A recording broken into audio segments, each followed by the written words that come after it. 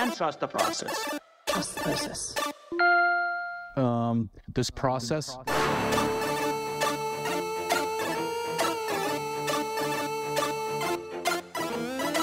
Processus, le podcast. Avec Anthony Marcotte, Martin Thériault et Marco D'Amico.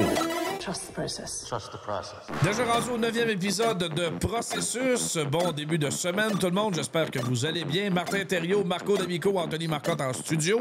On est content de vous retrouver pour ce 9e épisode déjà de cette saison. Et on a décidé cette semaine de sortir un petit peu de l'actualité du hockey, un petit peu plus, en vous présentant les meilleures équipes avec la meilleure banque d'espoir de 23 ans et moins. Je pense que ça va être intéressant de s'amuser à travers ça. Le Canadien semble avoir une bonne banque de jeunes joueurs, mais n'est certainement pas les seuls à être en train de reconstruire et d'avoir un pipeline d'espoir assez bien rempli. Merci. Alors, ce sera parmi les sujets qu'on va aborder aujourd'hui. Allons-y d'un premier top 10 cette saison. Je pense qu'on était mûrs, messieurs, pour sortir un petit peu des sentiers battus puis proposer un sujet un petit peu différent aux auditeurs. Comment vous allez d'abord et avant tout, messieurs? Correct. Je me serais attendu à te voir un peu plus bronzé en revenant après être revenu de Charlotte, là. Revenu de Charlotte, mais tu vois, j'ai même pas manqué d'épisode. Fait que juste assez. Partir du mardi au dimanche soir, ça te permet de rater absolument rien. Donc, me voici, c'était très agréable, mais non pas assez pour rajouter une couche de bronzant. Mais faisait très beau par contre. Un mordu, c'est un mordu. Exact. Moi, je suis day-to-day. On va voir comment ça a l'air demain, là, en espérant, là, mais sinon, la fin de semaine était rough. Paraît-il que notre ami Marco a attrapé un virus dans les bureaux de BPM Sport. C'est ça qu'il nous a mentionné. Friendly fire. Moi, j'ai rien à voir là-dedans. Rien à voir là-dedans. Non, il dit n'importe quoi, mais il fait pas n'importe quoi. C'est ça. Approche-toi pas trop. Non, je suis ici. Top 10 des espoirs. De chacune des équipes, vous voulez commencer comment en nous présentant ça, messieurs, ce matin? Moi, je pense que je commencerais peut-être par l'ordre décroissant, disons le dixième. Du 10e au premier. Par la suite en descendant, puis peut-être faire un avant-goût un petit peu aussi de... juste pour donner une idée à quel point tu peux partir de loin, là, tu sais, de donner une idée un peu, c'est... disons, juste simplement l'équipe qui a peut-être la pire banque d'espoir. Puis là, par la suite, y aller avec le top 10, mais vraiment dans l'ordre inversé. OK. Ben oui, on peut nommer certaines équipes d'abord qui sont un petit peu dans le trouble au niveau des espoirs de la Ligue nationale. Exact. Ben, je pense que la pire banque d'espoir, tu vas dire les Panthers de la Floride. Je te confirme. C'est drôle parce que quand je faisais mon classement et tout ça, bon, j'essayais de me prédire un peu, OK, je pense que cette équipe-là va être la pire. Puis j'avais oublié les Panthers.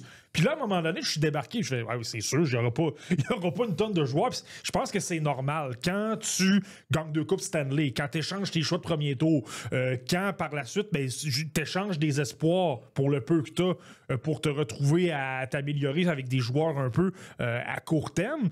Puis il faut pas l'oublier non plus, un gars comme Anton Lundell. Ça, c'est intéressant. Ouais. Là, le repêchage 2020, il y a des joueurs qui entrent dans ce classement-là. Il y en a d'autres que non. Lundell, c'est un gars qui sort parce que c'était un late, lui, dans le repêchage 2020. Donc, lui ne compte plus. Et qu'est-ce que ça donne? Ben, ça donne que tu as Maki Samoskevich, qui a qui a de la difficulté à trouver un temps de jeu régulier avec les Panthers, n'a pas joué vraiment en série l'an dernier, qui se retrouve comme meilleur espoir. Et là, je vous nomme des noms.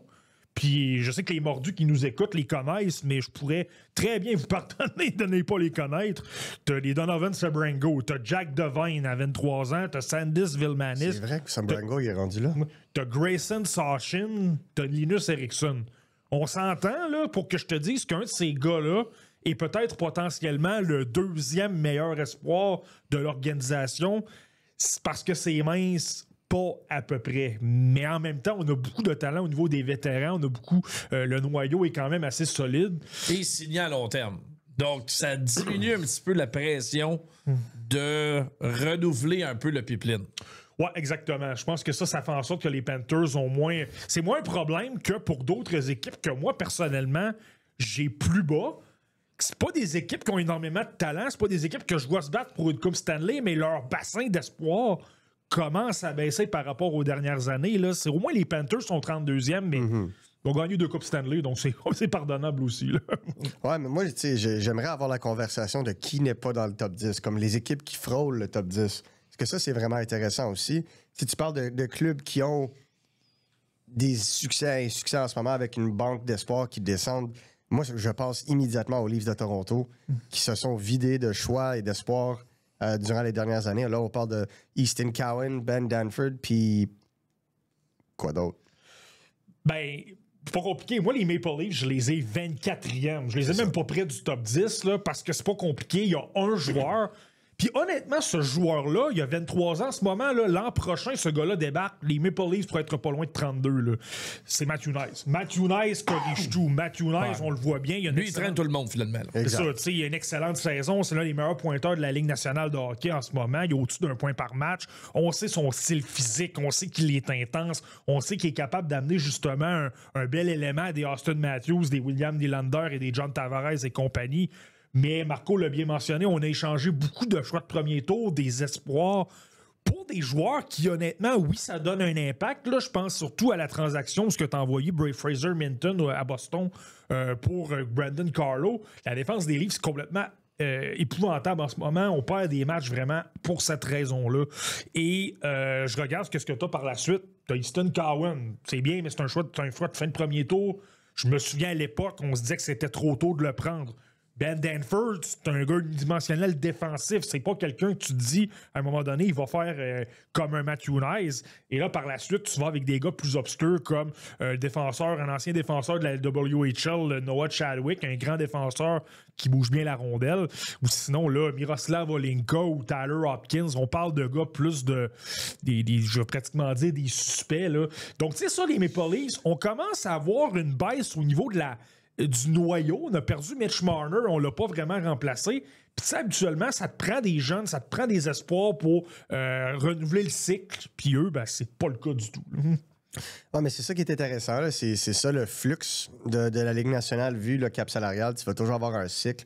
C'est intéressant de voir la discussion. Puis là, j'ai hâte de voir ton top 10 parce que ça risque de chauffer dans les rangs 8, 9, 10, je trouve. Si tu avais peut-être à y aller, là, parmi les pires équipes, tu as nommé Toronto, de 25 à 32, là, qui se trouve là-dedans? Le peu de noms aussi dans ces listes-là.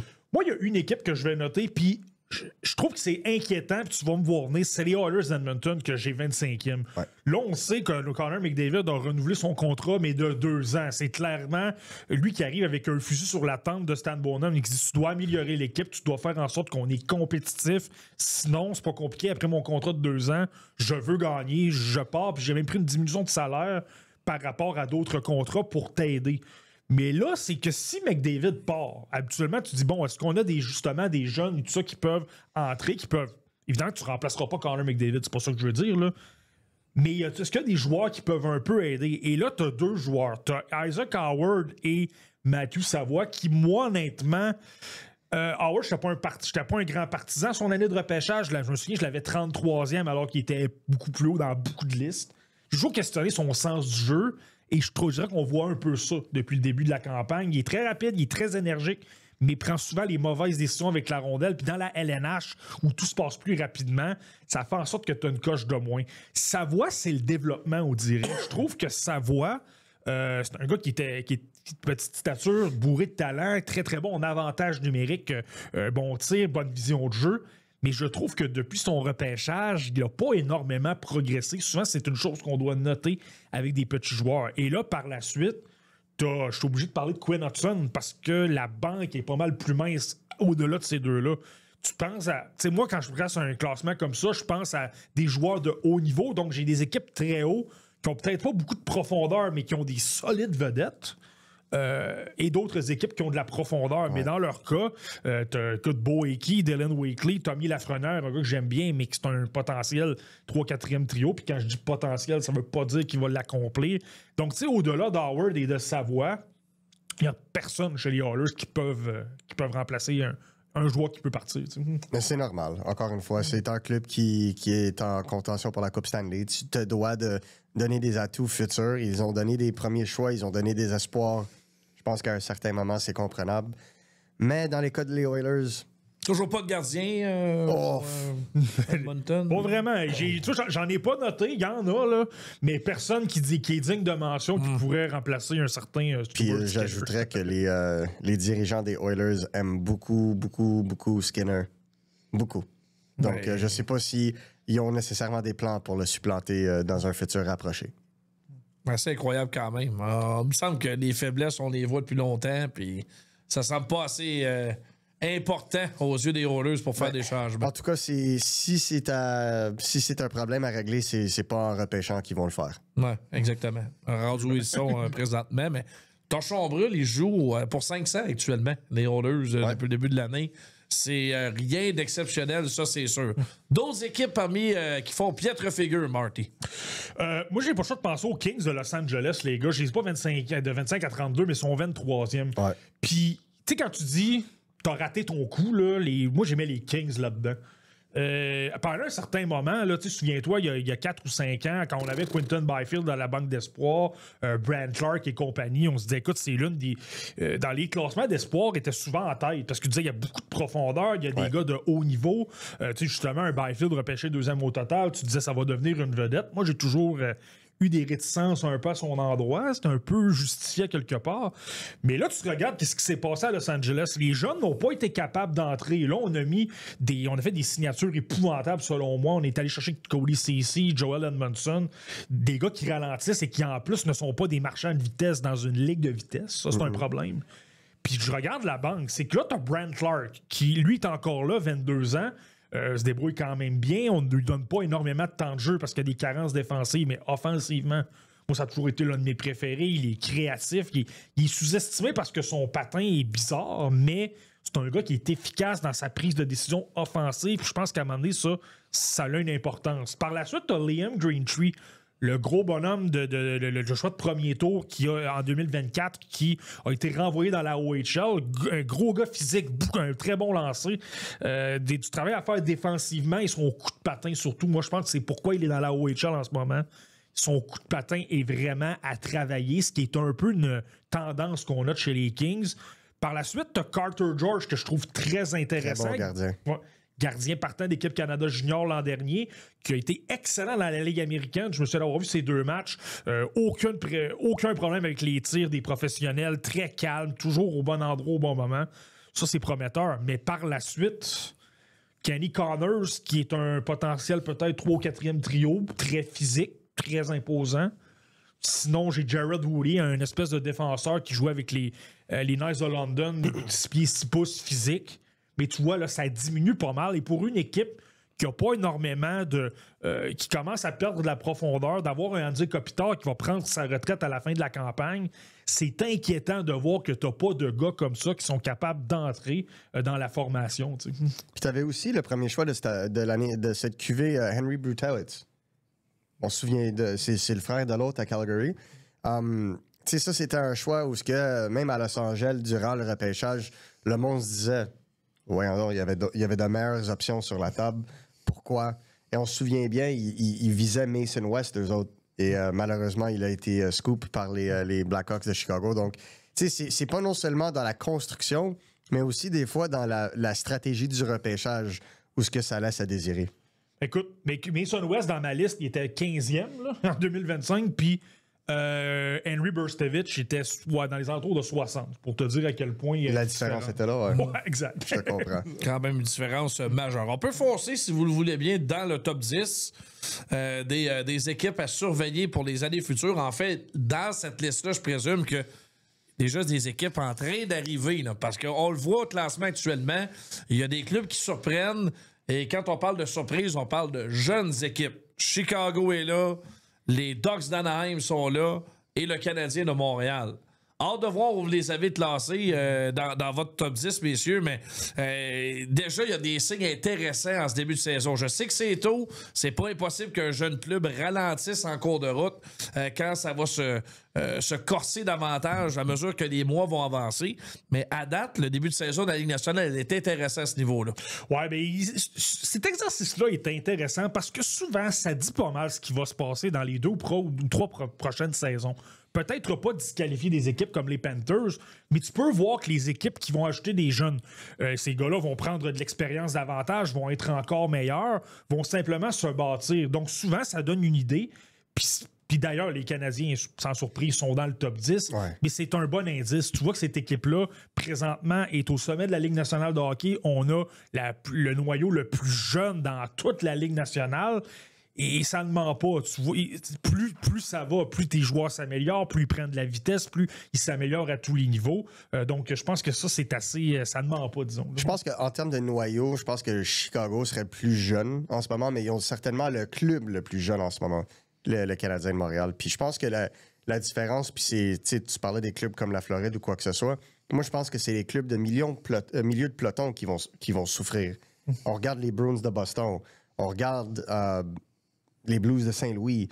On regarde le Wild du Minnesota en ce moment, les Sabres de Buffalo pour une éternité à venir. Les Rangers. Les Islanders. Les Islanders, des clubs de millions de pelotons qui n'ont pas la jeunesse nécessaire pour venir renforcer un noyau vieillissant. Je pense que c'est là la différence. Puis c'est là où le cycle va rentrer. Les clubs qui sont vraiment à la tête et que le noyau est signé à long terme, j'ai pas peur pour eux. C'est plus les clubs de milieu de peloton qui, eux, se disaient « Ah, j'ai peut-être une chance de rentrer en série, puis après ça, tu sais pas qu'est-ce qui peut se passer quand tu arrives en série. » C'est ces clubs-là qui vont, selon moi, prendre vraiment une descente puis être forcés dans une reconstruction, au moins un reset, disons, à moyen terme. J'ai trouvé ça intéressant que les équipes que tu m'as nommées pour dire que des équipes un peu milieu de peloton, là, parce que dans mon classement le top 32 des banques d'espoir, les équipes que tu as nommées sont pas mal dans le milieu. Mais c'est ça. Le Wild du Minnesota est 12e. Puis le gros reproche que je leur fais, oui, ils ont Yves Boyan et Brock Faber. Il n'y a pas de joueurs de premier plan nécessairement dans la banque. Ça les a fait glisser. Les Blues de Saint-Louis sont 13e. Les Blues de Saint-Louis, tu as Jake Neighbors, tu as Jimmy Snuggerud. Ils ont une énorme banque qui a beaucoup de bons espoirs, mais pas de premier plan. Tu n'as pas de Celebrini, tu n'as pas de Connor Bedard. T'as pas de Matvei Mishkov, par exemple.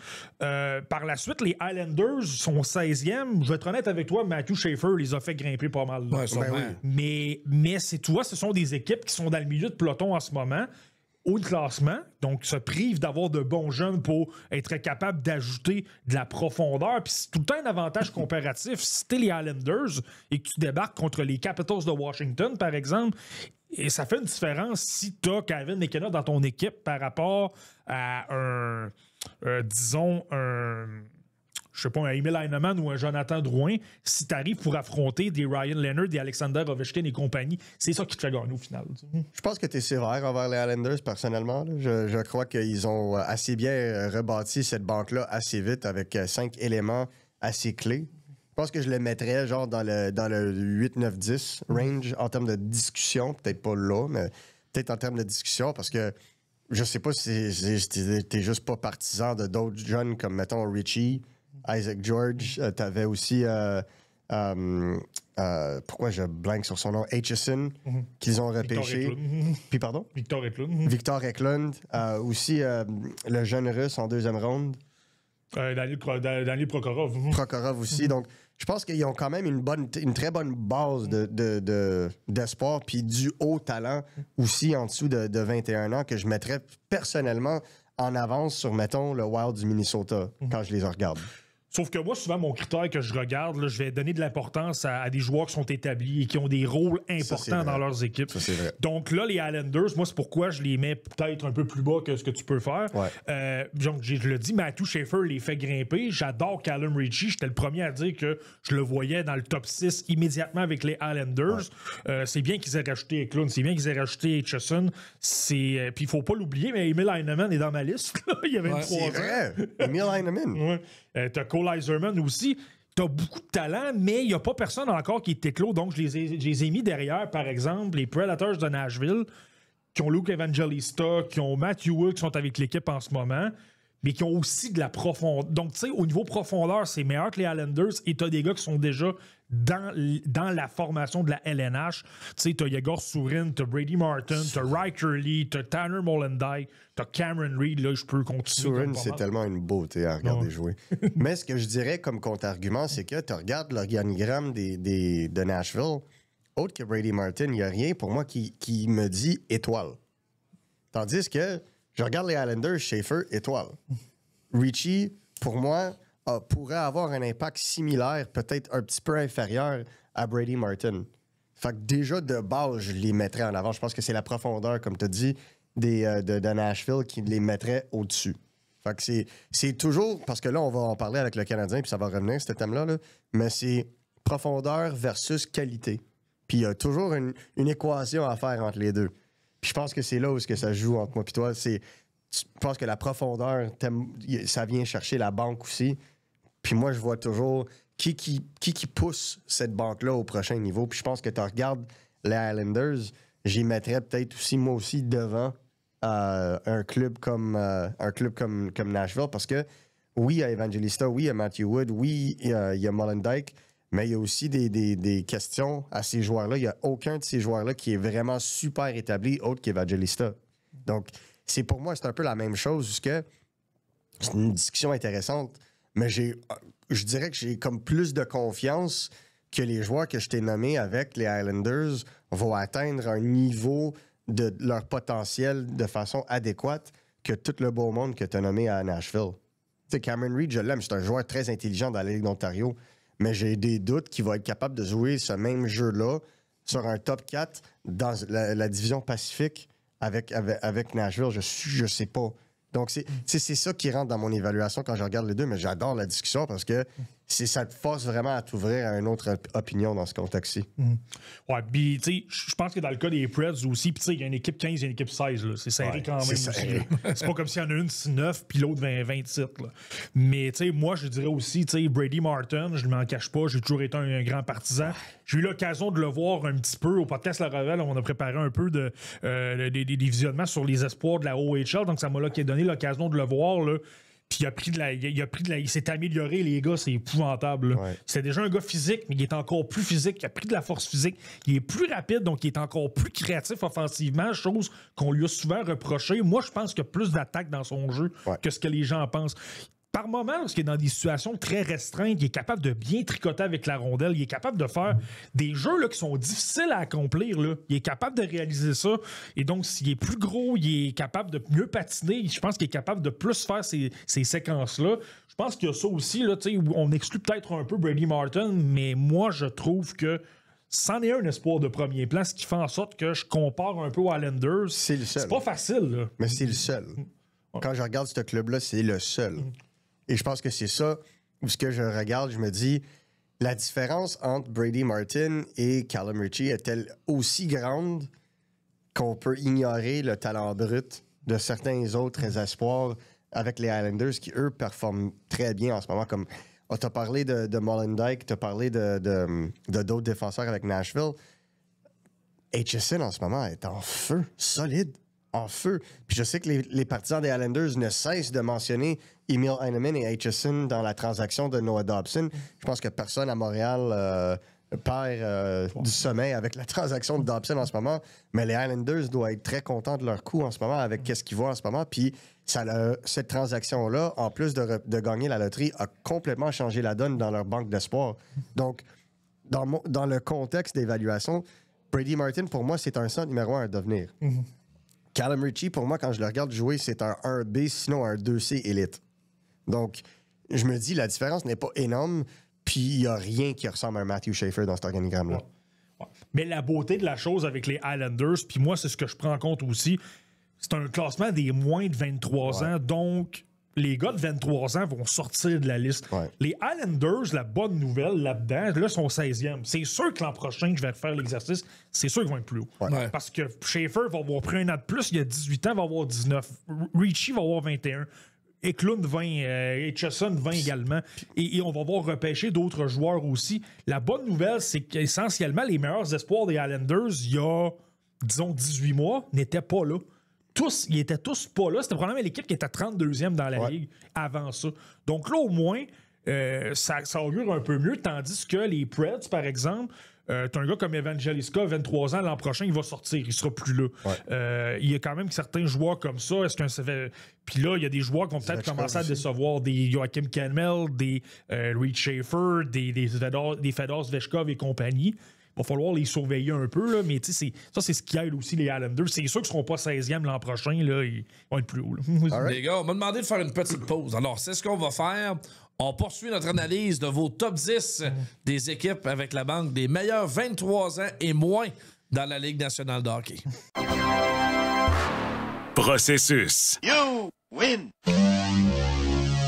Avec Anthony Marcotte, Martin Thériault et Marco D'Amico. OK, on va sauter exactement dans le vif du sujet. Le top 10 de Marty, des 23 ans et moins. Pas des joueurs, les équipes. Quelles équipes possèdent la meilleure banque de choix? Au rang numéro 10, Marty. Au 10e rang, tu parlais d'équipes qui sont en ascension. Ben, c'est pas le cas dans ce cas-ci. C'est une équipe qui est là depuis quand même quelques années. Les Hurricanes de la Caroline, je les ai placés au 10e rang. Puis, je l'ai déjà expliqué, je vais souvent accorder de l'importance aux gros joueurs qui sont déjà dans la LNH. Quand tu as Seth Jarvis, ça aide pas mal. Là, tu as Jackson Blake qui a eu une excellente saison jusqu'à maintenant. T'as Logan Stankoven. Moi, j'ai pas le choix de compter ça. J'ai pas le choix de compter ce trio-là. Ils sont dans le top 9 des Hurricanes en ce moment. Ils aident cette équipe-là à gagner. Ils sont pas des gars de très gros gabarits, mais ils sont très utiles. Tu sais, quand tu parles souvent des aspects élites, je vais donner un exemple. Les Sénateurs d'Ottawa sont 11e. Ils ont Stützle Sanderson. Il manque de profondeur. Les Hurricanes, au moins, il y a plus de profondeur, peut-être un petit peu. Il y a toutes sortes de joueurs, un petit peu. C'est pas ça regorge de choix de premier tour et tout ça, mais t'as plein de joueurs que moi, personnellement, j'aime beaucoup. Bradley Nadeau, j'ai souvent dit à quel point C'est lui que j'allais sortir. c'était l'un de mes espoirs préférés. En 2023, je l'avais 20e, je l'avais très haut. Je crois énormément en lui. Je l'ai regardé récemment. Il est au sein d'un 4e trio parce qu'on a trop de Enfin, là, on l'a renvoyé dans la Ligue américaine, mais il y a juste trop de profondeur. Donc, il est sur un 4e trio, mais c'est un gars qui a un tir, c'est un gars qui a des habiletés incroyables. Par la suite, c'est pourquoi ils sont au 10e et pas plus haut. Ça manque un peu plus de profondeur. C'est sûr que c'est intéressant d'avoir un Justin Poirier qui va super bien dans la NCAA en ce moment. Il est au-dessus d'un point par match à 19 ans. Et Charlie Serrado qui joue avec Gavin McKenna à Penn State, l'un des meilleurs pointeurs de toute la NCAA au complet, fait partie de cette banque-là. Donc, tu as beaucoup de gars intéressants. Nikita Artamonov qui l'a une saison difficile, mais... VHL en ce moment. Le Québécois Charles-Alexis Legault qui a obtenu un but United samedi. Il s'est blessé par la suite. On espère que ça va se replacer. Quel drôle de blessure. À chaque fois qu'on parle d'un joueur, il se blesse. Mais là, il s'est coupé sérieusement la main. J'espère qu'il va être correct. Malchance. Ouais, dans une mêlée, tout ça. Mais tu sais, par la suite, plein de gars intéressants. Félix Unger-Sorum, Dominique Badinka, Justin Robida qui est encore dans cette banque-là. Mais c'est sûr que ça manque un peu plus de profondeur. On n'est pas dans les horizons des Blackhawks ou des Sharks non plus. Ouais, mais c'est parce que c'est aussi un club qui n'a pas peur de reculer dans un repêchage pour aller chercher plusieurs choix, pour faire des choix, disons, plus intelligents, selon eux. Puis ça, c'est la stratégie des Hurricanes depuis des années. T'sais, on l'a vu avec le Canadien, la transaction qui a donné la sélection de Jarofsky. Ils ont descendu, ils sont allés chercher le 41e et 47e. Un de ces joueurs-là, c'était Frolov, si je me trompe, le gardien.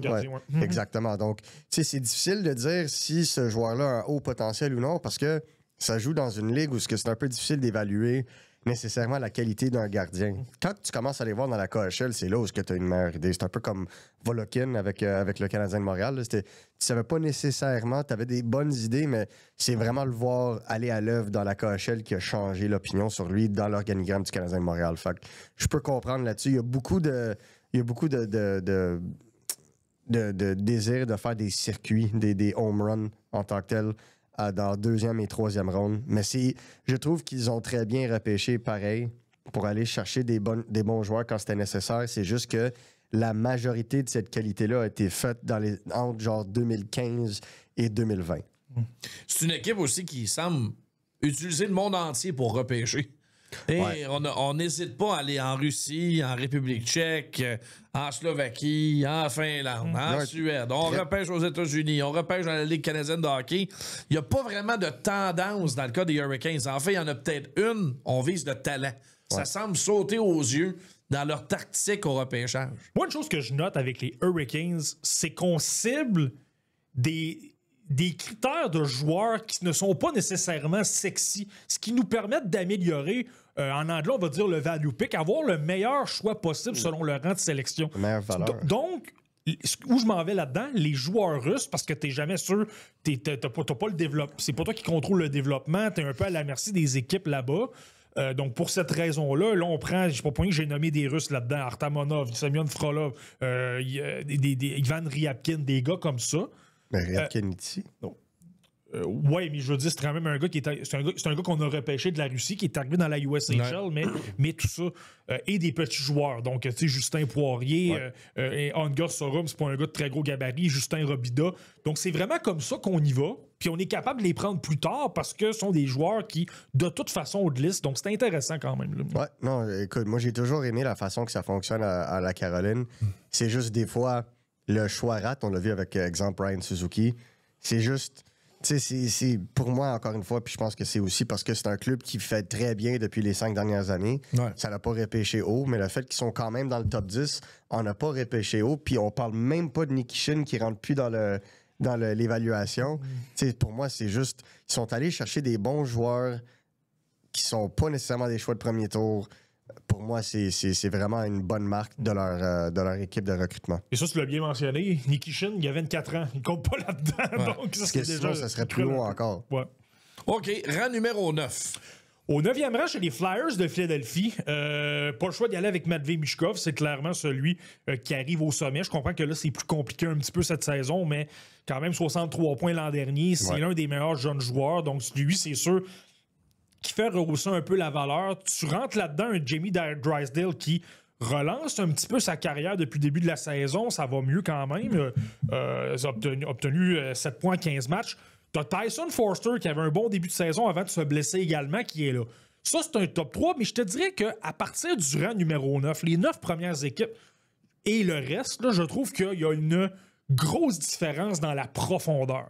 Je regarde les Flyers, là tu commences à avoir 7, 8, 9, 10 espoirs intéressants. Donc, tu regardes par la suite... Excuse-moi, Marty, mais quand tu parles d'espoir intéressant, ça, c'est des gars qui ont une réelle chance de s'établir. C'est un peu ça qu'on peut lire. Les noms sexy, des choix de premier tour, ou des joueurs qui ont des statistiques impressionnantes qui sont... Que si tu fais simplement y penser rapidement, c'est intéressant. T'sais, regarde un Jack Nesbitt, oui, il était peut-être repêché un peu tôt, mais c'est un choix de premier tour. Porter Martone va très bien à Michigan State en ce moment. Oliver Bourne, qui est un ancien choix de premier tour, est présentement dans la Ligue américaine. Tu l'ajoutes. Jet Luchenko, le fameux Jet Luchenko, entre là-dedans.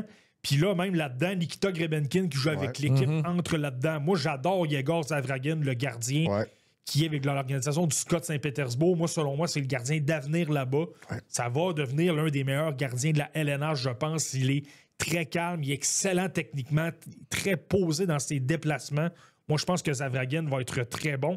Donc, tu sais, tu joues là-dedans là, des Jack Murtagh, des Spencer Gill, des Matthew Gard. Carter Amico, ton cousin. Un peu plus grand, par contre. Un peu. 6 pieds, 5 pouces. Donc, vraiment, t'as plus de profondeur, mais en plus, t'as les 3 noms que j'ai nommés, Michkov, Forster et Drysdale, qui rehaussent un peu la valeur. Moi, je pense que j'ajouterais le nom de Porter Martone à la liste qui fait hausser la valeur de ce club-là. Je pense que Porter Martone, je pense qu'on pourrait peut-être avoir un débat d'ici 5 ans.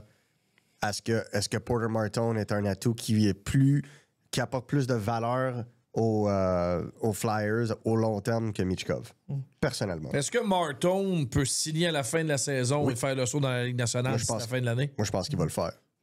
Ben écoute, ça va très bien en ce moment à Michigan State. Il amène les points au tableau, il a le gabarit. Lui, c'était toujours un peu les questions de rythme et comment se démarquer autrement que devant le filet. Lui, ça a été ça un peu la question, le rythme. Donc, puis en plus, il a l'avantage d'être un late à quelque part. Lui a déjà 19 ans, donc s'il s'amène l'an prochain, il va être pratiquement sur le point d'avoir 20.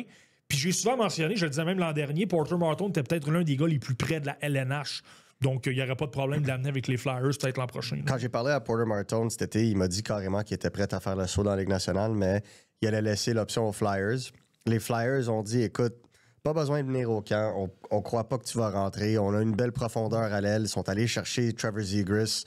Ils se sont dit, écoute, va dans la NCAA, va chercher ton NIL, parce qu'il se fait payer en ce moment. Tu vas être capable de vraiment améliorer ton corps, améliorer ton physique, parce que ça joue 2 matchs par semaine en moyenne. Va dominer. Et, Mondial junior. Exact. Il y a Mondial junior là-dedans. Il y a le championnat de la NCAA en fin de saison, puis en avril. Si les Flyers sont plus dans le coup, ben, il peut finir la saison avec les Flyers, brûler la première année de son contrat, se faire payer son bonus de signature, et il va être prêt pour faire partie du top 6 à Philadelphie en début de la saison prochaine. Parce que, écoute, selon moi, Porter Martin pourrait jouer dans la Ligue nationale maintenant. Selon moi, juste en le regardant aller à l'œuvre, c'est vraiment hallucinant comment ce jeune-là, même si c'est un late dans son année de repêchage, il contrôle le pace du jeu, il est physique, il est intelligent. Tu sais, on questionnait son sens du jeu dans la Ligue d'Ontario l'année passée. On disait que c'était trop facile. Mais là, on le voit à l'œuvre avec des gars qui ont 22, 23, 24 ans, puis il est en train de les dominer de façon intelligente, de faire des jeux, de se mettre dans des bonnes situations pour non seulement intercepter la rondelle, mais aussi pour recevoir des passes, pour faire des jeux. Tu sais, pour moi, c'est un joueur de premier trio en devenir all day, every day. Il me fait toujours penser à Matthew Tkachuk quand je le vois aller à l'œuvre sur la glace. Il va vraiment très, très bien cadrer avec Philadelphie, ce que les gens aiment à Philadelphie. Ça prend Je trouve juste que la les chance. Flyers ont perdu un peu cette identité-là dans les dernières années. Et puis, il n'y a pas vraiment de résultats concrets non plus sur la patinoire. 8e rang maintenant, Marty, sur ta liste. Au 8e rang, je suis allé avec une équipe qui, honnêtement, j'adore souvent comment ils repêchent plus que d'autres. J'ai le Kraken de Seattle, moi, au 8e rang. Évidemment, on a de la profondeur. T'as Matthew Beniers qui a 23 ans, donc l'année prochaine ne sera plus dans cette liste-là. T'as Shane Wright qui va bien en ce moment, 8,14 matchs avec le Kraken. C'est un peu drôle à dire, mais c'est le meilleur centre au niveau point. Là. Je veux dire, c'est pas le premier dans la hiérarchie, mais il est là. T'as Riker Evans qui rentre là-dedans, 23 ans, un gars qui tend à être là. Moi, je m'attendais à ce qu'il, à un moment donné, ressorte un peu plus, mais quand même 25 points l'an dernier. Et évidemment, par la suite, on parle de profondeur encore une fois. Jake O'Brien, qui est l'un de mes préférés dans les espoirs, que j'avais 3e l'an dernier, complètement hallucinant, qui a pris de la force physique et tout ressort plus. Il y a la vision de jeu, la créativité, c'est un meilleur marqueur que ce que les gens pensent également. Et là, ben, t'as Berkeley Catton qui entre là-dedans. Puis là, t'as plusieurs gars aussi au niveau profondeur. Jacker Furcus, un gars que j'adorais à son année de repêchage. Lui, c'est plus long un peu. Mais c'est normal. Non, 11 matchs, ça va mieux. Là, depuis 2 ou 3 semaines, ça va mieux là, à Coachella Valley. Et là, t'as Carson Rakoff, t'as Julius Mettinen, qui est un gros joueur super intense, qui joue dans la WHL à 19 ans. Oscar Fisker-Molgaard, Edouard Charlie, c'est plus difficile, je crois pas nécessairement. Mais t'as beaucoup de joueurs, Yanni Newman et Ryan Winterton. T'as des gars t'as des gars de 3-4e trio. T'as des gars dans le top 6 en devenir. T'as des gars dans la Ligue américaine en ce moment. T'as un peu de tout. Donc, pour cette raison-là, je trouve que le Kraken, c'est intéressant de les placer haut. Un Beniers également leur donne un peu de valeur. Tu sais. Je pense qu'en termes de qualité et de profondeur, ils ont la meilleure banque de centre de la Ligue nationale. Je pense qu'on peut se le dire. Là, ils ont fait juste ça. Tu n'as même pas parlé d'Edouard Chalet. C'est comme... Ils ont très bien fait au repêchage, je trouve, pour aller chercher de la valeur un peu partout. Et ce que j'aime le plus avec eux, c'est que les centres, c'est de l'or dans la Ligue nationale. Donc, tu sais que de tout ce bon monde-là, tu vas en mettre à l'aile. Fait que ton top 6, c'est très envisageable. Moi, la seule chose que j'attends avec Seattle, c'est quand est-ce qu'ils vont aller chercher ce jeune défenseur de premier plan. Qui semblent pas avoir, en tout cas. Semblent pas avoir, qui ont eu l'opportunité de repêcher à plusieurs reprises. Ouais, c'est vrai, ça. On va se le dire, 2025, peut-être pas le repêchage pour le faire, même si Radim Merka, qui joue dans leur cours, est juste là. Mais si ça ne donnait pas, c'est un bon repêchage en 2026 pour se tasser, puis peut-être changer la donne, puis aller chercher un jeune défenseur. Sauf qu'en même temps, je vais leur donner, au moins ils repêchent le meilleur joueur disponible. Ouais. Ils sont pas selon la position, ils sont pas selon les besoins, où tu peux te tromper. Puis à la limite, tu feras une transaction. Tu pourrais échanger, par exemple, Shane Wright. Un peu comme les Canadiens l'ont fait. Je veux dire, on avait une faiblesse à droite en défense. On s'en va chercher un Noah Dobson qui n'était pas dans le portrait du tout l'an dernier. T'échanges 2 choix de premier tour. C'est possible qu'à un moment donné, le Kraken se mette dans une position comme ça, d'échanger peut-être un O'Brien, peut-être un Shane Wright et quelques actifs là-dedans, puis va le chercher ton défenseur. Mais au moins, on maximise la valeur en prenant tout simplement le meilleur joueur. Mais est-ce que tu peux dire qu'ils ont maximisé la valeur en prenant Berkeley Catton au lieu de Zane Parekh? Exemple. Ouais, là. Parce que là, on commence à parler de valeurs similaires. en termes d'espoir. Mais moi, je mettrais Parekh au-dessus à cause de la position qu'il joue, parce que c'est un défenseur droitier, une denrée rare dans la Ligue nationale. Berkeley Catton, je l'adore. Écoute, ça, c'est un gars avec qui tu vas aller prendre une bière. C'est un des meilleures entrevues de repêchage que j'ai jamais faites. Mais Berkeley Catton, je le vois primordialement jouer à l'aile dans la Ligue nationale. Donc, tu te dis, ailier versus défenseur droitier, même talent, qui tu prends? Je pense que dans la Ligue nationale, tout le monde va aller pour le défenseur droitier. Fait que c'est là où je me dis, est-ce qu'ils ont toujours fait des choix avec valeur? Oui. Je pense que oui. Mais est-ce qu'ils ont eu de l'opportunité pour mieux mousser le talent à travers l'organigramme? Oui, puis je crois que, on ne se plaindra pas. Là. Je pense que Berkeley Catton va avoir une excellente carrière. Mais moi, personnellement, je pense que j'aurais pris Parekh à ce rang-là. Ouais, moi aussi. Là, puis c'est drôle, je m'en allais te dire, ben écoute, c'est un joueur meilleur, c'est correct, mais là, tu m'as nommé Parekh, donc tu as complètement invalidé ce que j'allais dire. Parce que j'adore Parekh. C'est un gars que j'avais 4e de ma liste en 2024. Là, puis j'ai pour l'occasion de lui avoir parlé. C'est un gars qui est tellement intelligent. Oui, il y a des problèmes physiquement en ce moment, là, mais il va corriger ça. Soyez même pas inquiet là-dessus. C'est l'un des joueurs les plus intelligents dans tout le monde du hockey que tu as pas là. On est rendu à numéro 7. Ouais, 7e rang, j'ai les Sabres de Buffalo. Encore une fois, Ils sont là depuis 10 ans. Ouais, non, mais c'est vrai. Faut pas avoir peur de le dire. Plus que 10 ans. Tu sais, c'est correct, puis ils méritent leur place là. Genre, c'est pas des mauvais espoirs. C'est juste que ça colle pas tous ensemble. Ils sont 7e, puis ils ont perdu Peterka. Ils ont perdu Peterka, ben c'est qu'ils ont encore Owen Power qui est là. Donc ça, c'est sûr que ça leur donne de la valeur. Ouais. C'est encore un gars de premier plan. C'est un défenseur top 4 qui est peut-être pas aussi éclatant que d'autres, comme Early Hudson, mais très important, très stable dans les deux sens de la patinoire. J'ai pas le choix de compter Zach Benson, qui là a relancé sa carrière. Très bien, lui. 8 points en 8 matchs. Lindy Ruff lui fait confiance. Là, il a eu des pépins de santé dernièrement, donc ça a ralenti un peu sa cadence. Ça, c'est toujours le problème avec Benson, c'est la santé. Ouais, mais s'il peut demeurer en santé, moi, j'ai toujours été... Tu vois, je l'avais devant Matvei Michkov en 2023. C'est un gars que j'avais 4e derrière le fameux top 3, là, Bedard, Fantilli, Carlson, là, parce que c'est un gars qui est tout simplement intelligent, qui est capable de faire toutes sortes de jeux, puis plus tenace à un contre un qu'on peut le penser, parce qu'il est très combatif, mais capable de pivoter également de tous les sens. Et là, ben, tu entres Josh Doan, qui est une belle surprise là-bas. Belle statistique en ce moment. 9 points en 15 matchs. Très utile pour amener de la vitesse, de l'intensité, tout ça. Tu as Jerzy Kulich qui entre là-dedans. Et là, ben, encore une fois, tu ajoutes de la profondeur. Noah Austin commence à cogner aux portes de la LNH. Radim Mertka, moi, c'est un gars que j'adorais l'an passé. Va bien en ce moment avec les Thunderbirds de Seattle. Gros défenseur que moi, je vois avec un peu plus de punch offensif que certains voient. Il y en a qui me voient plus comme un défenseur top 4. Moi, je pense qu'il peut être meilleur que ça. Devon Levi contre encore là-dedans, à 23 ans. Donc, j'y crois pas nécessairement. Je trouve qu'on l'a mal développé, mais il est encore là. Ça donne de la valeur. Et tu as quelques éléments intéressants. Vsevolod Komarov qui est là. Anton Wahlberg, je l'aime beaucoup. Un gros joueur de centre. Pas le plus créatif, pas le meilleur sens du jeu, mais très physique et un bon tir.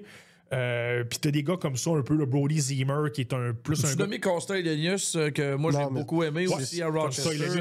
Moi, c'est lui que je voulais parler. Ouais, Elenius, pour moi, du côté dans la Ligue américaine, c'est parmi. C'était le meilleur joueur de la série entre le Rocket. D'accord avec toi. Du côté des Americans de Rochester, bien sûr. Mais parmi les joueurs adolescents, parce que moi je considère les joueurs de 18 et 19 ans comme des adolescents dans la Ligue américaine, c'est parmi les bons que j'ai vus en 8 ans. Dans la Ligue, parce que il y en a, pour emprunter le langage à Joël Bouchard, il y en a qui ont eu la broue dans le toupette à cet âge-là. Mais pas tellement Elenius. Il s'est bien débrouillé l'année passée. Puis je pense que la progression suit son cours aussi à Rochester. Et c'est pas mêlant. Moi, je pense que Konsta Elenius, c'est peut-être le meilleur joueur de 18 ans de l'histoire de la Ligue américaine. À ce point-là. Mais c'est parce que c'est rare, comme tu viens de dire. Puis c'est une ligue qui est pas mal plus difficile qu'on le pense. C'est très physique. C'est plus physique que la LNH. Donc, souvent, un joueur de 18 ans a des problèmes physiques. Tu as de la difficulté 1 contre 1. Puis là, tu débarques dans une ligue qui a peut-être un peu moins d'exécution, mais au niveau vitesse, parfois, c'est la même chose. Simplement que les joueurs réagissent pas nécessairement aussi bien que les joueurs de la LNH. Puis ça frappe plus. Donc, si t'es un joueur de 18 ans, parfois, ça peut être compliqué puis tu peux ruiner ta carrière. Mais c'est que je prends l'argument suivant. Si Jerzy Kulich avait eu l'une des meilleures saisons à 18 ans de l'histoire de la Ligue américaine. Selon moi, Elenius a été meilleur l'an dernier. Plus Sur de 200 pieds. Ouais. Sur 200 pieds, mais c'est ça mon point. Parce que Kulich lui menaçait offensivement. Défensivement, c'était un autre paire de manches. Sauf que Elenius se replie plus fort le long des rounds. Ouais. Moi, lui, c'est un gars que j'ai vraiment vu. Fait que je peux en débattre un peu plus. Là. j'ai Vous êtes toujours les aimé. sommités, mais Elenius, lui, je l'ai vu vraiment bien. Là. Moi, j'ai toujours aimé Elenius. C'est un bon joueur. Il est sorti quand, en 2024? C'est 14, je pense, là, dans ce coin-là. Puis les Flyers ont pigé où? Juste devant, ils ont pris un certain Jet Lushenko. Tu prends qui avant? Ben là. Elenius ou Luchenko? J'adore Lushenko, mais j'avais Elenius bien avant. Là. Donc, j'ai pas le choix de prendre. Elenius, je l'avais 10e, me semble. C'est curieux. Ouais, c'est. Fait que 6e? Mais là, la question demeure sans réponse. Sans réponse? Quand est-ce que ça va coller à Buffalo? Parce que la dernière fois que j'ai regardé le classement, ce matin, ils sont encore derniers dans l'Est. Alors, on fait quoi avec les Sabres? Ouais, mais je pense que le problème avec les Sabres, c'est plutôt dans la structure, plutôt dans la culture de l'équipe. Puis, tu sais, le problème, c'est que quand tu es toujours en reconstruction, puis ça, c'est qu'est-ce que j'entends de qu'est-ce qui se passe à Buffalo, tu as toujours deux générations. La génération qui a commencé la reconstruction, puis la génération qui est vue comme l'espoir de la reconstruction. Puis, tu sais, j'en parlais un peu avec Nick Suzuki l'année passée quand on discutait de la reconstruction du Canadien. Lui étant le gars qui était là dès le début de cette reconstruction. Puis là, tu commences à voir les Slavkovski, les Lane Hudson, les Demidov. Puis il dit, ben, tu sais, moi, ma job, c'est d'être patient puis de comprendre le but de l'organisation. Oui, je veux gagner maintenant, mais je dois comprendre le but de l'organisation. Puis éventuellement, on va tout monter là ensemble. C'est pas comme ça qu'il se passe à Buffalo. Rasmus Dahlin puis Tage Thompson ont carrément dit à Kevin Adams, on veut gagner, sinon, buddy, ça commence à faire un petit temps là. Puis si tes meilleurs joueurs commencent à dire ça à ton DG, Peterka voulait pas signer, lui, ils l'ont échangé. Tu sais, ça en dit long. À un moment donné, tu vas avoir besoin d'un break. Tu vas avoir besoin d'une vague de succès, même pour une saison, pour changer ce problème-là. Parce que là, c'est rendu comme si tu es sur une pente glissante puis tu peux jamais te remonter. Puis c'est ça le problème à Buffalo. C'est que c'est même plus l'équipe aujourd'hui qui est le problème. C'est les 10 dernières années qui sont vraiment un poids sur cette équipe-là. Puis qu'à chaque instant où tu commences à avoir une séquence d'insuccès, c'est encore plus dur de t'en sortir. Ouais, puis là, ben, il commençait à aller mieux, et là, soudainement, Dahlin doit aller s'occuper de son épouse. Ouais, mais ça, c'est malheureux. Ça, c'est extrêmement malheureux. Non, mais c'est malheureux pour le club, mais c'est très heureux pour la conjointe. Ouais. Très heureux qu'ils ont pu trouver une solution pour elle. Transplantation cardiaque, c'est pas rien. Là. C'est très quelque heureux chose, qu'ils ont trouvé une solution. Ça, c'est excellent parce que, écoute, plusieurs personnes ont perdu la vie à cause de ça. Donc, excellent qu'ils ont trouvé une solution. Rang numéro 6, Marty. Rang numéro 6, j'ai les Red Wings de Détroit. Encore une fois, au sommet, tu as Lucas Raymond. Dernière année, par contre, il sera plus là l'an prochain, 23 ans. Quel choix. C'est l'un des meilleurs joueurs de la LNH. Je veux dire, c'est l'un des meilleurs alliés. C'est un des gars dominants. Un gars qui a un bon tir, un gars qui a un sens du jeu incroyable et qui a un côté plus intense que ce qu'on peut penser. Là, donc ça, c'est très intéressant. Par la suite, tu rajoutes Simon Edvinsson, qui a quand même eu une saison de 31 points l'an dernier, qui est le meilleur pointeur chez les défenseurs de l'équipe en ce moment. Il produit plus qu'un Moritz Seider, par exemple. Je suis pas en train de te dire que Edvinsson est le meilleur défenseur au monde, mais ça a quand même une valeur, moi, je trouve, dans le bassin d'espoir. T'as Marco Kasper. Là, c'est plus compliqué cette année, mais il a eu quand même 37 points l'an dernier. C'est un gars qui est excellent dans les deux sens de la patinoire. Probablement le prototype parfait de deuxième joueur de centre derrière Dylan Larkin. Rapide, intense, bon tir, très efficace avec la rondelle. Lui, pour être capable de changer de direction, c'est l'un des bons espoirs que j'ai pu voir. Et là, évidemment, par la suite, encore une fois, tu as beaucoup de profondeur. Nate Danielson, qui vient d'être rappelé par les Red Wings, s'ajoute là-dedans. Un choix de premier tour. Michael Branson-Nygaard, choix de premier tour. Axel Sandin-Pellikka, choix de premier tour. Joue avec l'équipe en ce moment. Carter Bear. Tu as Sébastien Cossa devant le filet, que là, on voit la lumière au bout du tunnel. Puis si ça ne fonctionne pas, tu as Craig Augustine, qui joue super bien à Michigan State, qui a gagné 2 championnats mondiaux juniors avec les États-Unis. Tu as Emmett Feeney, évidemment. Le fameux Emmett Feeney. On avait fait ça l'an dernier, il aurait été pas mal plus loin. Puis là, ben, après les 3 gros noms de tête que j'ai nommés, Edvinsson, Raymond et Kasper, ben, il vient en tête de liste. C'est sur le premier trio. Il ne ralentit pas. Ça va super bien. C'est une belle histoire. Donc, pour toutes ces raisons-là, les Red Wings, quand Raymond va partir, je pense que ça va être une dégringolade. Il manque un gars de premier plan dans cette banque-là.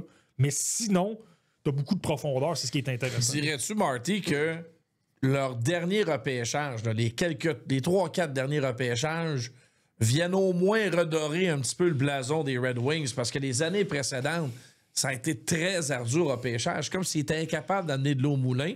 Et ça retarde un peu quand même d'une bonne coche de reconstruction actuelle. Moi, je trouve, tu sais, on a parlé au début du balado par rapport aux équipes de milieu de peloton. Les Red Wings, je trouve, sont un peu comme ça. On repêche des bons joueurs. Souvent, on prend pratiquement parmi les premiers dans ma liste. Sauf qu'on est trop bon pour repêcher dans le top 5. Donc, on n'est pas capable de mettre la main sur des Celebrini, des Bédard, des Demidov et compagnie. Mais on repêche quand même de bons joueurs de deuxième trio. Donc, ils vont t'aider à être meilleurs que des équipes de top 10 au repêchage, mais pas assez bonnes pour rivaliser avec les Maple Leafs, avec les Canadiens, avec les Panthers, le Lightning. Quand on parle d'une équipe qui... parfois, j'aime mieux être dans la cave qu'être dans le milieu de peloton, là. Je trouve que c'est le gros problème chez les Red Wings. Puis c'est pour ça que j'ai de la difficulté à penser qu'on va s'en sortir. Je suis d'accord avec. Puis je pense que j'ajouterais même ça. Le problème avec les Red Wings, c'est parce qu'on n'arrêtait pas de piger dans le marché des joueurs autonomes. Sherrod. Ils ont transigé pour Petrie. Andrew Copp. JT Compher. Je peux continuer. Patrick Kane. Tu continues à nommer des gars où ce que tu es allé piger dans... je pense que la transaction de Brinkett était excellente pour eux. Ça, c'est correct. Ça n'a pas coûté tellement cher. Pas coûté tellement cher. Ça, c'est une très bonne transaction. Mais ils n'ont jamais voulu finir dans la cave. Puis la seule année qu'ils ont fini dans la cave, ils ont repêché 4e. Pas été chanceux. Puis, pas été chanceux. Raymond, c'est un excellent choix. Effectivement. Il joue mieux que le premier, deuxième choix de ce repêchage-là. Moi, je le mettais. Si tu vas faire un redraft, il sort quoi, 3e? Probablement, ouais. De 2020, tu aurais quoi, Stutzler, Sanderson, lui? Ouais, probablement. Moi, je l'avais 3e dans mon année de repêchage en 2020. Là. Il dit pas toujours n'importe quoi. C'était un des bons coups. Mais c'est juste pour te dire...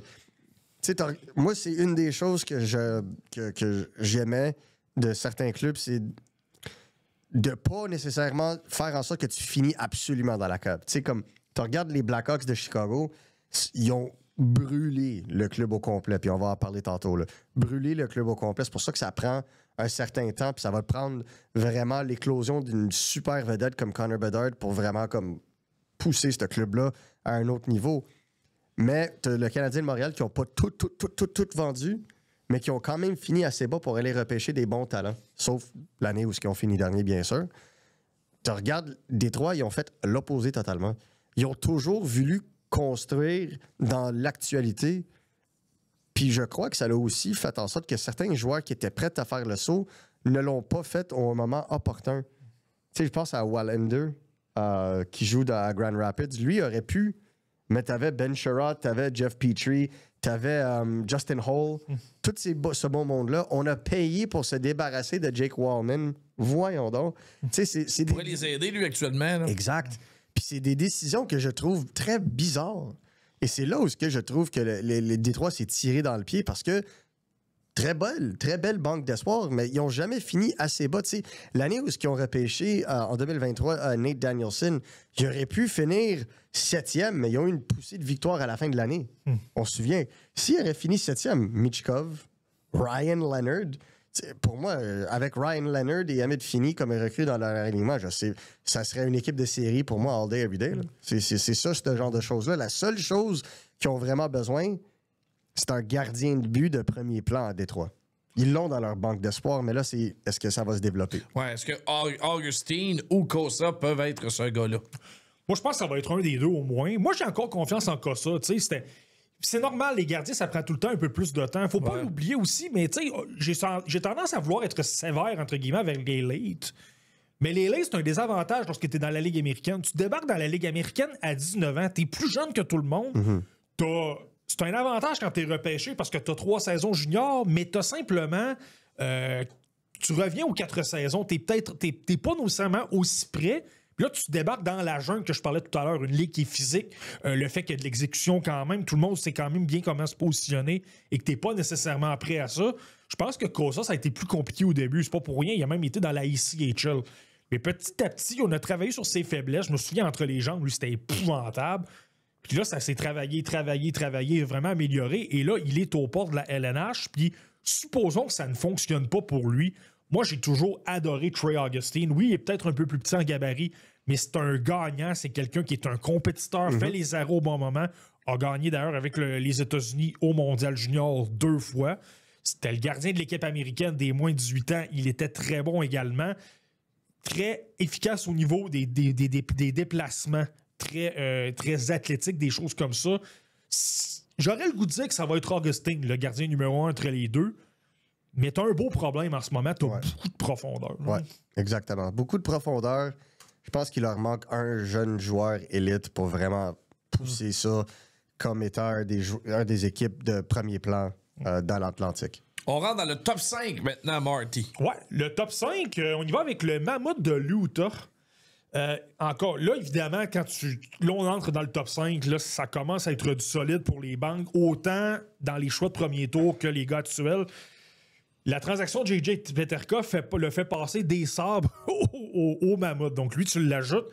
Dylan Gunter, qui a une saison absolument incroyable. Ça, c'en est un. Logan Cooley, qui est l'un des meilleurs jeunes joueurs de centre en ce moment. Depuis qu'il a signé son contrat, ça va très bien. Et là, par la suite, la grosse banque de jeunes qu'on a. Caleb Desnoyers, TJ Ginla, Daniel Butt, que je sais que Marco adore, Dimitri Simachev, qui là, c'est plus compliqué, mais je pense que ça va prendre du temps. Mais lorsqu'il va arriver à maturité, lorsqu'il va avoir pris sa confiance dans la LNH, il va être très bon. C'est un gars qui est bon offensivement, qui est gros, qui est quand même solide dans les deux sens, la patinoire. Et tu as même quelques éléments au niveau profondeur. Tu sais, devant le filet, tu as peut-être un Michael Rabal, un gros gardien de but, 6 pieds 5, 6 pieds 6 pouces. Et des gars comme Will Scahan, Max Penichka, Thomas Lavoie, qui est un chic type, moi, que j'adore. Ouais. T'as plein de gars comme ça. Cole Baudouin qui est là également. En voulez-vous des jeunes? Ça déborde. Ouais. Des jeunes, puis je connais assez bien André Tourigny puis un peu Bill Armstrong pour savoir que des bons joueurs, mais des bons individus également. Ouais. Mais avec l'amoureux, c'est un chic type. Thomas Lavoie, c'est A1. Caleb Desnoyers, c'est. J'ai écouté encore des séquences hier de caméra un peu dans les coulisses. Un chic type également, toujours la bonne humeur et tout ça. Ça fait des petits aussi. On le voit avec les Canadiens, là, parce que tu as des gars qui aiment jouer ensemble. Ça fait plus que juste du talent aussi. Là. Puis j'ajouterais sur TJ Ginla, je pense que le monde sont peut-être pas assez high sur lui qu'il devrait l'être. Il a été blessé toute l'année passée. Là, il joue cette année, revenu de sa blessure. Ça va très, très bien avec Kelowna, qui va d'ailleurs être le club hôtesse pour la Coupe Mémoriale. Et j'ai d'ailleurs parlé avec Josh Georges par rapport à ça, puis il dit, écoute, en termes d'entraîneur, j'ai jamais vu un joueur combiner le talent avec l'effort comme ça. C'est un joueur... Tu sais, on parle des Nepo Baby, là, les fils des vedettes de la Ligue nationale. Il dit, je pense qu'il va être aussi bon que son père. Wow. Ça va en dire très gros d'un joueur qui a joué contre son père. Bon, personnellement, TJ Ginla, j'ai eu l'occasion de lui parler il y a 2 ans là, dans des mails de presse et tout ça. Puis je me souviens pas d'avoir quelqu'un d'aussi professionnel pour un joueur de 17 ans. Là. Quand tu regardes le père, t'es pas surpris. Ouais, mais je te dirais qu'il est même peut-être plus professionnel. Je veux dire, Jarome Iginla est extrêmement professionnel. Là. Ça manquait de respect. Mais on dirait que TJ Ginla est encore une petite coche de plus. Ouais. C'est dire à quel point c'est impressionnant. Là. Puis son frère, Joe, il est pas dû pour le repêchage cette année? Admissible cette année. Puis lui, tu vois, je trouve que dans l'attitude, c'est un peu plus un Jarome Iginla. Très professionnel, mais un peu plus capable de... Plus jovial un petit peu, plus capable de rire un petit peu. Tandis que TJ Ginla, tu vois que c'est business. On est en mode, on travaille. Là, toute une banque d'espoir avec le Mammoth. Moi, je vois un énorme potentiel dans cette équipe. Je sais que là, ils ont ralenti, ils ont perdu à Montréal dans un match plus serré que la marque finale, le 6-2, là, soyons honnêtes. Ils ont livré quand même un bon combat aux Canadiens. C'est pas un club encore à maturité, mais je pense que éventuellement, eux aussi vont s'approcher d'une transaction comme le Canadien a fait pour un Dobson. Ils l'ont fait avec Sergachev. Ah, exactement, c'est vrai, t'as entièrement raison. Est-ce que c'est Parce que maintenant à Connor- l'attaque qu'on va tenter d'ajouter un pilier? Ben, ils l'ont fait avec JJ Peterka. Ouais, Eux mais- autres n'ont pas peur de faire ces transactions-là depuis qu'ils ont déménagé. Moi, je pense que c'est ça qui était très intéressant. Moi, honnêtement, je pense que la transaction à faire, ça va être dans le filet. Moi, je pense que ça va être ça. Je pense que Vemelka, je pense que tu commences à voir que les clubs le voient. Je pense que Cole Caulfield nous l'a dit aussi samedi. Il triche beaucoup. Puis je pense que c'est quoi? Le moment que les clubs vont commencer à le voir, puis n'importe qui a vu ça samedi vont se dire Ouais. Fait que c'est un club avec Rabel, tu sais, ça l'aide beaucoup parce qu'il fait très bien dans l'NCAA, mais je pense que ça va prendre ça. Sinon, ça va être un défenseur droitier de premier plan que ça leur manque. Parce que Sean Durzi, je l'aime beaucoup, mais je pense que c'est un joueur de deuxième paire. Mais tu vois, en même temps, c'est la différence entre le Mammouth, la raison pour laquelle je pense qu'ils sont sur la bonne voie et que ça va marcher leur reconstruction, et que des équipes comme les Red Wings, les Sabres en arrière, qui, eux, on a plus de doutes. Au moins, on ne tente pas de colmater les brèches en allant chercher des joueurs autonomes, en accélérant le processus. Henri Tourigny, je ne sais pas combien de fois il a dit à BPM Sport, la reconstruction, on a calculé, on a fait des études, ça prend 8 ans en moyenne, puis on déroge pas du plan. On reste avec le 8 ans, alors que les autres équipes ont peut-être précipité. Ça fait en sorte que tu repêches des Desnoyers, tu repêches des Ginla aussi, plutôt que des joueurs moins bons, mais moins bons. Utah était prêt à donner tout un contrat à Brad Marchand s'il se rentrait à l'autonomie, juste glisser ça de même. OK, bon, ça, je trouve.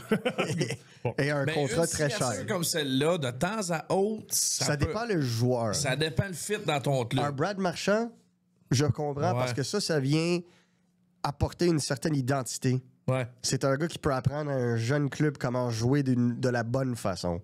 Je pense que ça en vaut la peine. Aller chercher des gars de milieu de troisième trio pour les mettre sur ton deuxième trio, Ouais.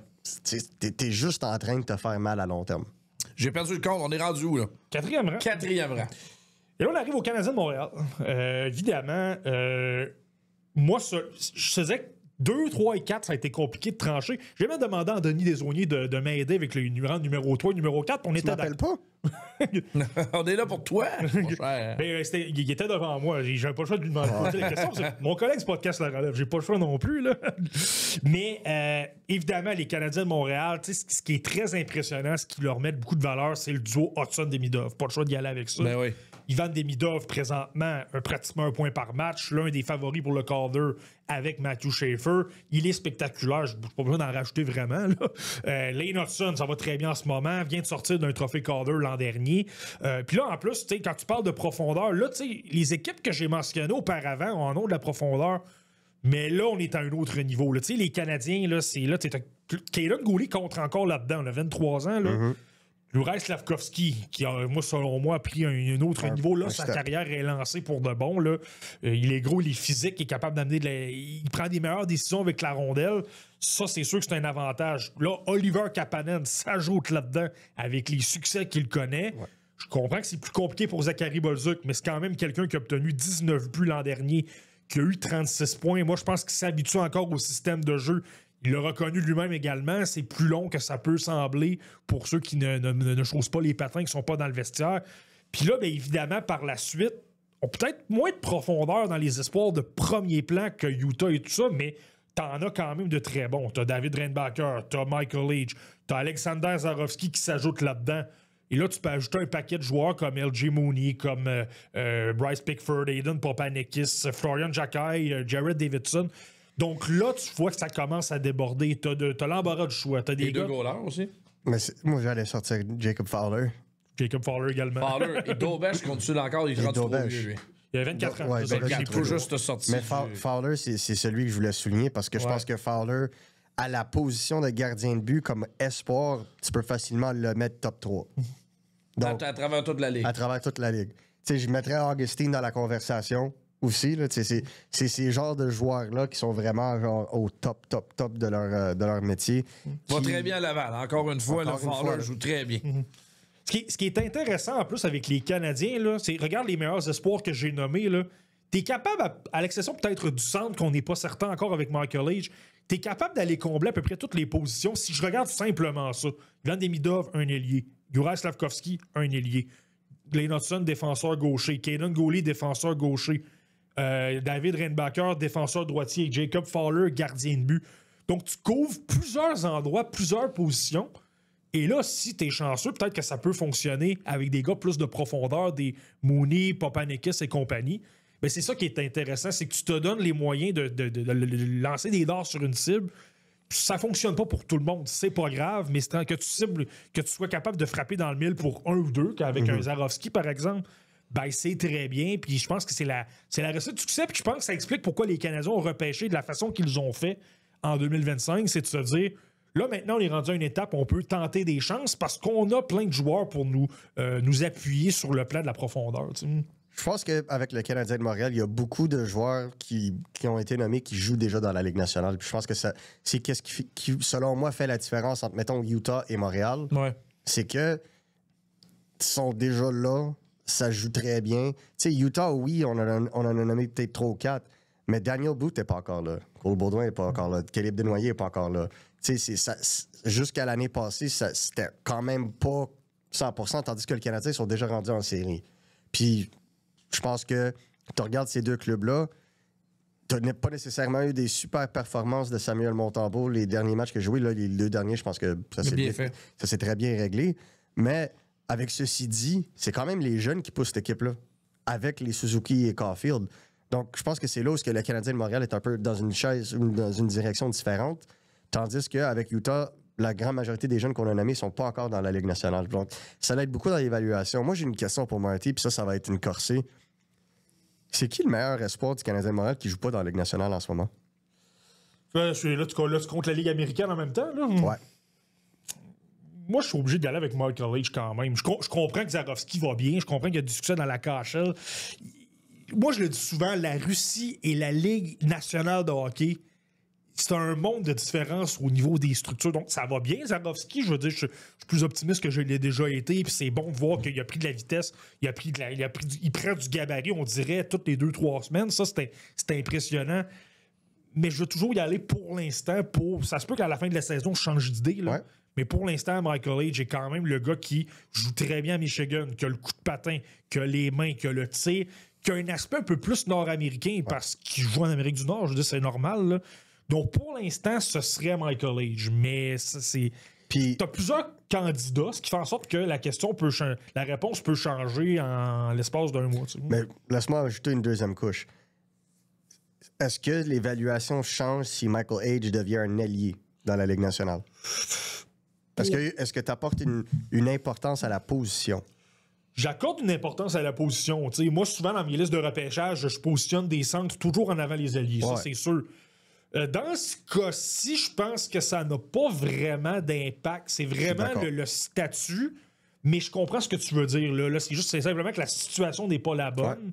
Mais j'aurais fait l'exercice avec Utah, par exemple, puis là, j'aurais peut-être... Exemple, TJ Ginla est utilisé au centre avec Kelowna. Mm-hmm.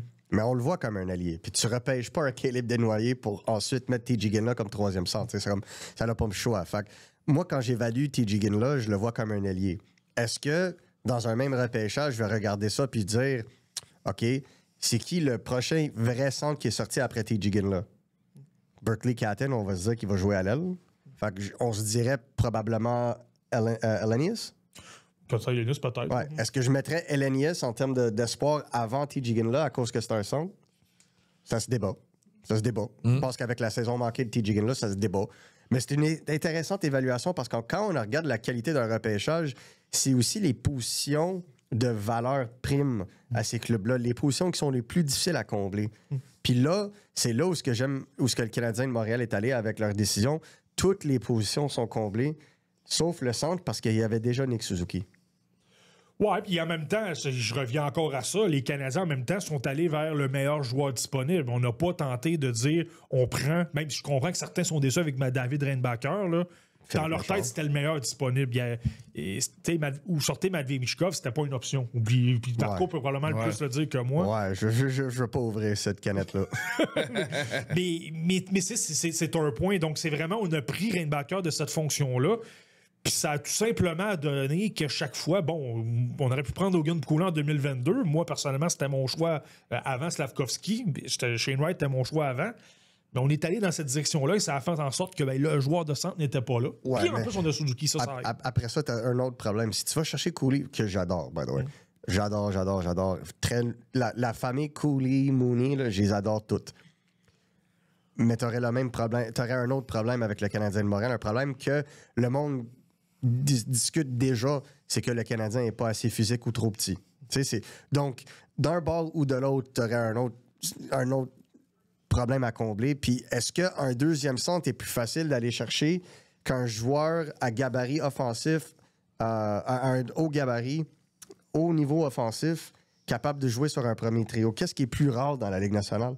Puis je pense que c'est pour ça que les joueurs comme Slafkovský, on les appelle des licornes, parce que quand ils deviennent disponibles, tout le monde se pitche dessus. Donc, c'est la seule exception que je donne, même moi, je prendrais le centre avant l'ailier. OK, je te relance avec une question, Marco.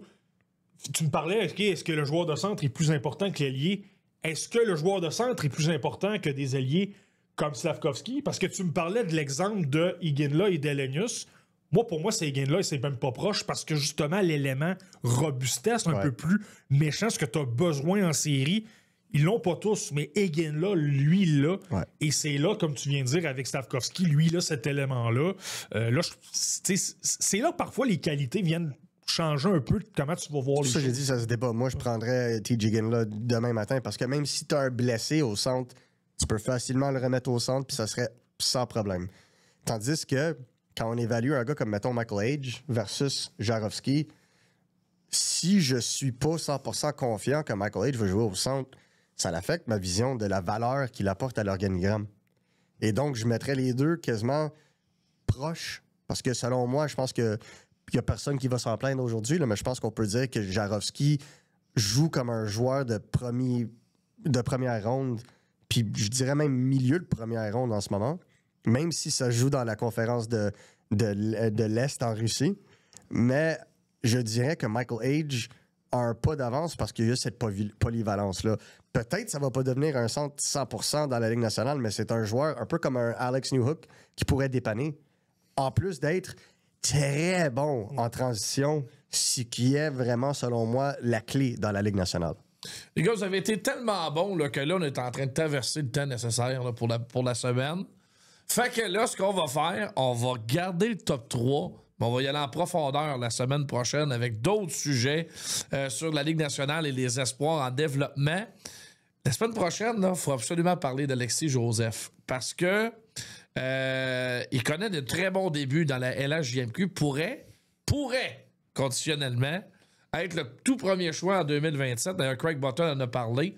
Je pense qu'il faudra assurément regarder ça de près. Mais avant de boucler la boucle, faut finir la semaine avec l'espoir de la semaine de notre ami Marty. Ouais, cette semaine, j'avais pas le choix d'aller du côté de l'Europe parce que pour ceux qui connaissent un peu le monde du soccer, t'as toujours des pauses internationales. Ça fonctionne la même chose au hockey. Et là, tu as les tournois des moins de 18, de 20 ans. Et là, je vais aller du côté de la Finlande. Oliver Suvanto, un gros joueur de centre de 6 pieds 3 pouces qui ne jouait pas avec les moins de 18 ans. Il aurait l'âge de le faire, mais il était avec l'équipe finlandaise des moins de 20 ans.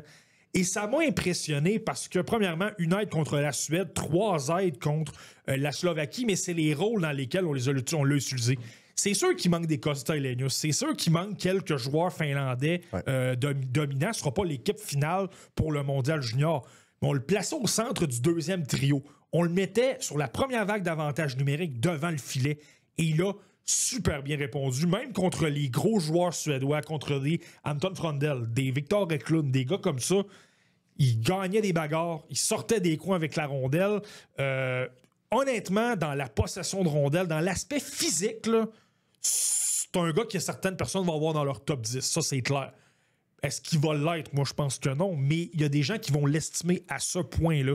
Et au début, j'étais pas sûr de son sens offensif. Je me disais, on dirait que c'est simplement un gars qui va au filet, qui est très bon en protection de rondelle, qui est capable de se gagner des bagarres et tout ça, ce qui est important, mais est-ce qu'il est capable de réaliser des jeux? Puis j'étais pas sûr au début. Mais là, tu vois, ce que j'ai pu regarder cette semaine, c'est que il y a des meilleures mains que je pensais. Il tricote un peu mieux. Il est capable de se donner plus d'espace. Et il est capable de faire de fichues bonnes passes pour être capable de générer des chances de marquer. Donc, honnêtement, parce qu'il y avait une excellente coupe Lenka-Gretzky. Il avait vraiment sauté aux yeux des gens à ce moment-là. Moi, je l'avais eu deuxième tour. Je me gardais encore une gêne. J'avoue que c'était très bas comparativement au consensus. Là, je l'ai grimpé pas mal. Je l'ai mis dans le fameux. On dirait que je me répète, là, mais je l'ai placé vraiment dans le top 20. Et je pense que c'est un gars qui est à noter parce qu'en ce moment, lui, il joue dans la Liga finlandaise. Les points sont pas au rendez-vous, mais c'est une ligue qui est dure. Rappelez-vous. Défensif. C'est ça, rappelez-vous Juraj Slavkovski avec son 10 points. Et il avait été choisi premier au total. Donc, il faut en prendre et en laisser. Mais au moins, défensivement, il est solide physiquement. Et là, en plus, je trouve que personnellement, il m'en donne encore plus offensivement que ce que je pensais au début. Donc, lui, notez-le, Oliver Suvanto. Puis, qui est-ce que tu mettrais en évaluation devant l'autre? Caleb Malhotra ou lui? Présentement, ce serait Malhotra parce que je trouve qu'il y a un peu plus d'exécution. Tu sais, Malhotra patine très bien. C'est un gars, je pense que, tu sais, quand ça vient le temps de bouger la rondelle, ça n'arrive pas tout le temps, mais je trouve que ça s'en va au bon endroit. Il fait des jeux lumineux. C'est pas tout le temps le cas, mais les flashs de l'Ab de Malhotra sont intéressants. Par contre, j'avoue que si tu es une équipe qui priorise un peu plus le style physique ou une équipe qui aime repêcher des joueurs professionnels, allô les Canadiens de Montréal, je ne dis pas qu'ils vont le prendre. Là. Il va être. Si ça demeure comme c'est là. On dit pas qu'ils vont choisir en premier tour. Ouais, c'est ça. C'est ça. Puis, tu sais, il risque. Si la tendance se maintient, il va être parti lorsque les Canadiens vont choisir. Mais c'est ça, là, c'est un gars, par contre, qui va être en ascension dans les listes. Surtout si. Parce que si ça se dessine comme il le fait, peut-être un gars qui va jouer avec la Finlande au Mondial Junior, il est dans le rôle pour ça en ce moment. Oui, fort intéressant. Notre espoir présenté par notre ami Marty. Merci les boys de votre présence à nouveau. La semaine prochaine, on finit le top 3 des meilleures équipes et leur banque d'espoir de 23 ans et moins. On vous remercie de votre fidélité. Déjà le 10e épisode la semaine prochaine. Salut tout le monde. You win. Processus. Avec Anthony Marcotte, Martin Thériault et Marco D'Amico.